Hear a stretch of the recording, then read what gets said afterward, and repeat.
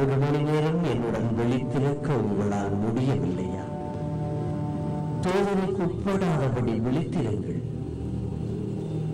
தபம் செய்யுங்கள். மனம் மிகவும் வேகம் உள்ளதுதான், ஆனால் உடல் பலம் குறைந்தது.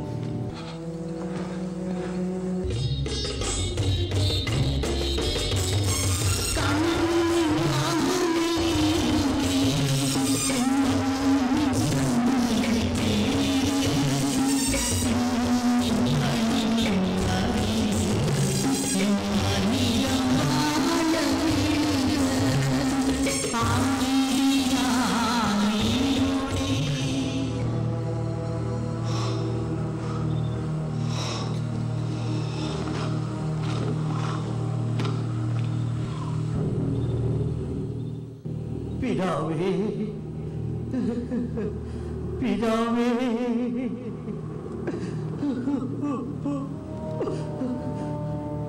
என் பிதாவே, இந்த பாத்திரம் என்னை விட்டகல பள்ளியலும், ஆனால் என் மனதின் படியல்ல, உம்முடைய மனதின் படியே ஆகட்டும்.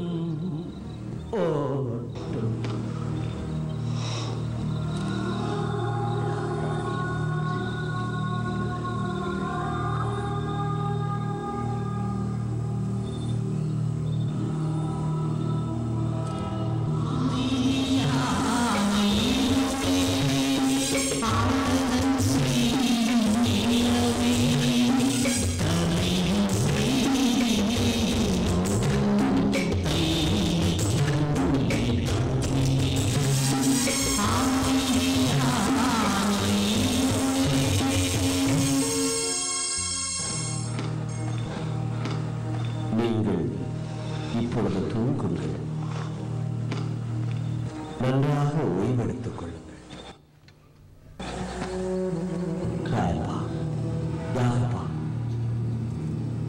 எழுந்திருங்கள்.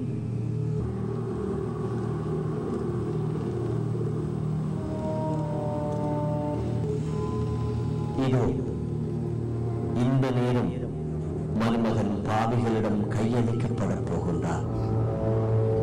போவோம், வாருங்கள். என்னை காட்டிக் கொடுப்பவர் நெருங்கிவிட்டார்.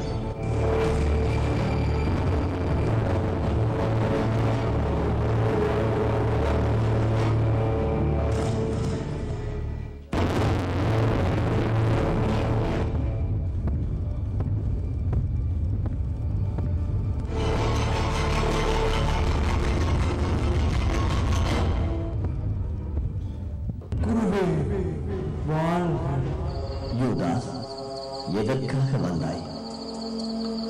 நண்பா, என்னை முத்தமுட்டா காட்டிக் கொடுக்கிறாய்.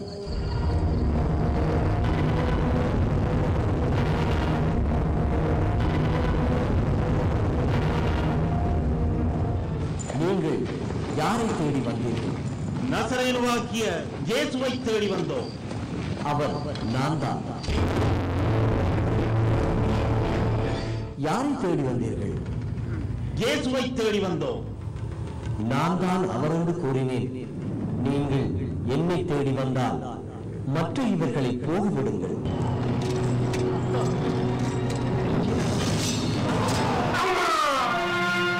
ராயப்பா, உன் வாளை உரையில் போடு. வாளை எடுப்பவர்கள் வாளினால் மடிவார்கள்.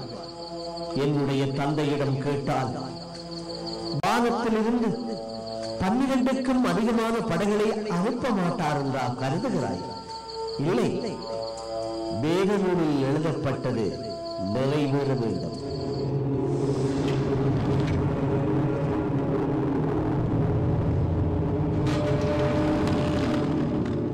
ஒரு கள்வனை பிடிக்க வருவது போல கத்திகளோடும் தடிகளோடும் வந்திருக்கிறீர்கள். அல்லும் பகலும் ஆலயத்தில் போதித்துக் கொண்டிருந்தேனே, அப்போது ஏன் என்னை பிடிக்கவில்லை? ஆனால் இதுவே உங்கள் நேரமும் இருளின் வல்லமையும்.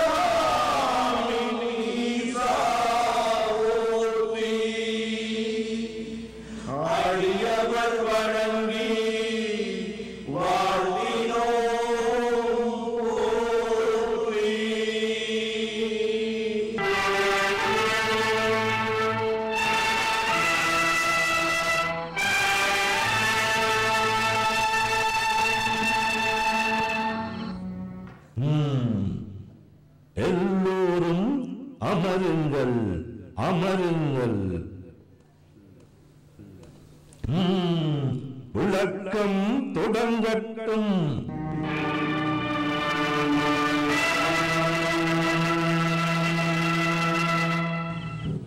சபையோரை, உங்களுக்கு முன் குற்றவாளி கூண்டில் ஏற்றப்பட்டிருக்கும் இயேசு குற்றவாளியா இல்லை சுற்றவாளியா என்று தீர்ப்பளிப்பது உங்கள் ஒவ்வொருவரினதும் தலையாய கடமை. சரி, குற்றச்சாட்டுகள் தொடரட்டும். எமது முதுபெரும் தந்தையாம் ஆபிரகாமுக்கு முன் தான் வாழ்ந்ததாக சொன்னான். அபச்சாரம், அபச்சாரம். முன்பு கூறப்பட்டது அப்படி, நான் கூறுகிறேன் இப்படி என்று சட்ட நூலில் புரட்சிவாதத்தை நட்டார். ஓய்வு நாளை அவமதித்தான். மத குருக்களை வைத்து மானபங்கப்படுத்தினான். நம்மை எல்லாம் வெள்ளையடித்த கல்லறைகள் என்றான். ஆலயத்தில் கலகம் செய்தான்.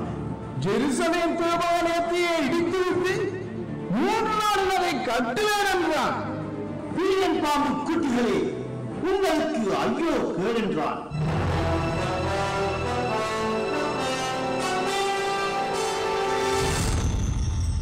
பாரதூரமான குற்றச்சாட்டு.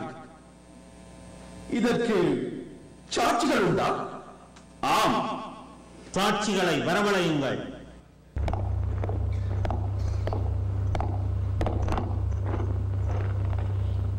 உனது பெயர்?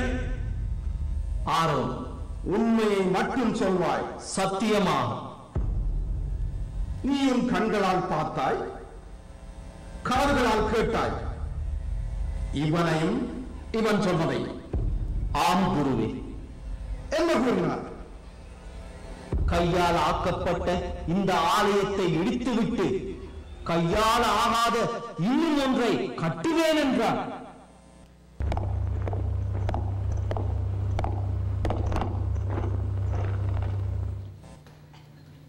இதை நீ ஒப்புக்கொள்கிறாயா?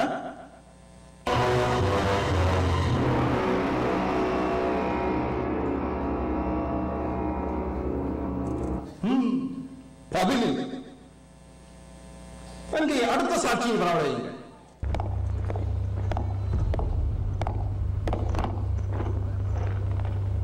பெயர்? யாகப்பு. நீ இவன் உச்சரிக்க கேட்ட வார்த்தைகளை நமக்கு சொல்ல முடியுமா? இந்த ஆலயத்தை இடியுங்கள், 3 நாட்களுக்குள் திரும்பவும் அதை எழுப்புவேன் என்று. சரி, நீ போகலாம். சபையோரே, இரு சாட்சிகளின் வாக்குமூலங்களையும் கேட்டீர்களே, என்ன கருதுகிறீர்கள்?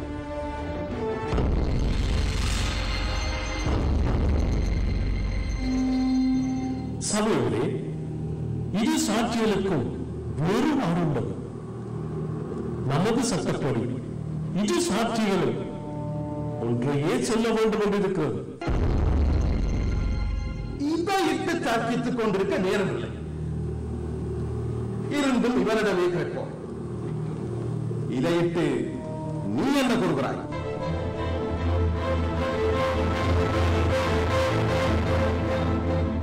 நான் உங்களிடம் கூறினால் என்னை நம்ப மாட்டீர்கள். உங்களிடம் கேள்வி கேட்டால் மறுமொழி கூற மாட்டீர்கள். என்னை விடுதலையாக்கவும் மாட்டீர்கள். நான் ஒளித்து மறைத்து உலகுக்கு பேசவில்லை, வெளியரங்கமாய் பேசினேன். சப ஆலயத்தில் போதித்தேன், அந்தரங்கமாய் பேசியதில்லை. நான் போதிக்க கேட்டவர்களுக்கு என்ன கூறினேன் என்று தெரியும். என்னிடம் ஏன் கேட்கிறீர்கள்? தலைமை குருவுக்கு இப்படியா பழகுவது?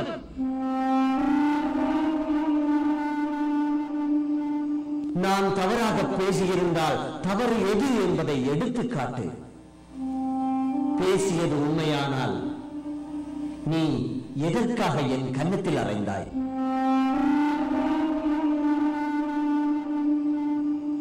உண்மை. சரி, இன்னும் ஒரு சாட்சியை வரவழைப்போம்.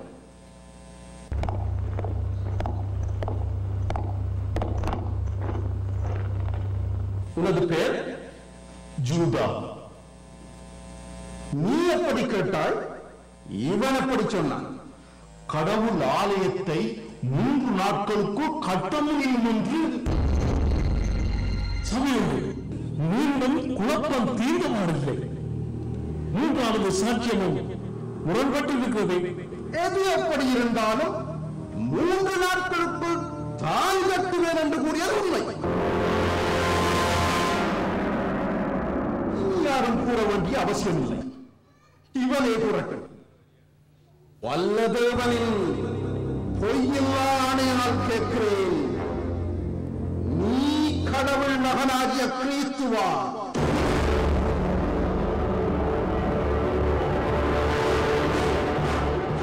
நீரே கூறிவிட்டீர், நான் தான் கிறிஸ்து என்று. இறுதியாக கேட்கிறேன், நீ கடவுள் மகனாகிய கிறிஸ்துவா? ஆம், நான் தான் கடவுள் மகன். அன்றியும் மருமகன் வல்ல மாட்சியுடன் தந்தையின் வலப்பக்கம் அமர்ந்து வானமகங்கள் மீது வருவதையும் நீங்கள் காண்பீர்கள் என்று உறுதியாக சொல்லுகிறேன்.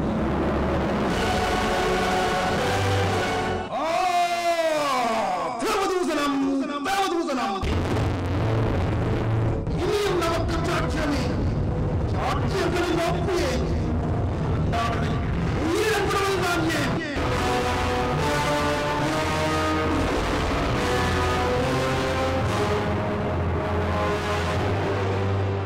உங்கள் தீர்ப்புத்தான் என்ன? குற்றவாளி, குற்றவாளி, இவனுக்கு அளிக்க வேண்டிய தண்டனை மரணம். இதுதான் தகுந்த தண்டனை.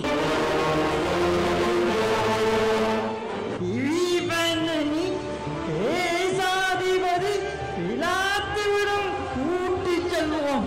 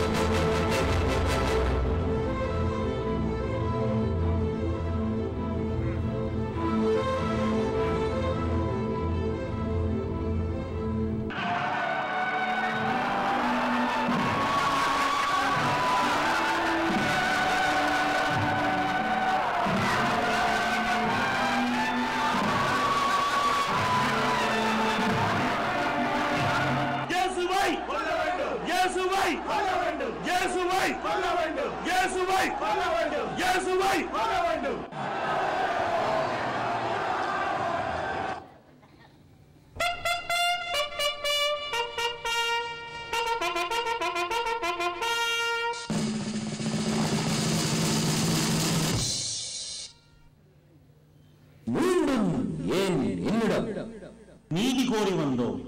நீதி கோரும் அளவுக்கு நிகழ்ந்தது நிகழக்கூடாத குற்றம். அதை புரிந்தவன்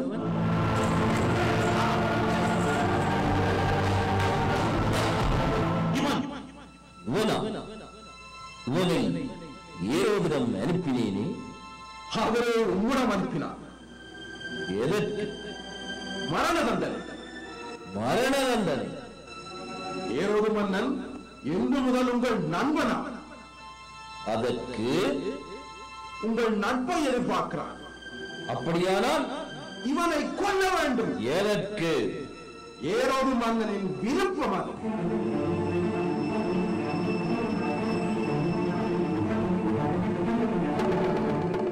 செனேகா,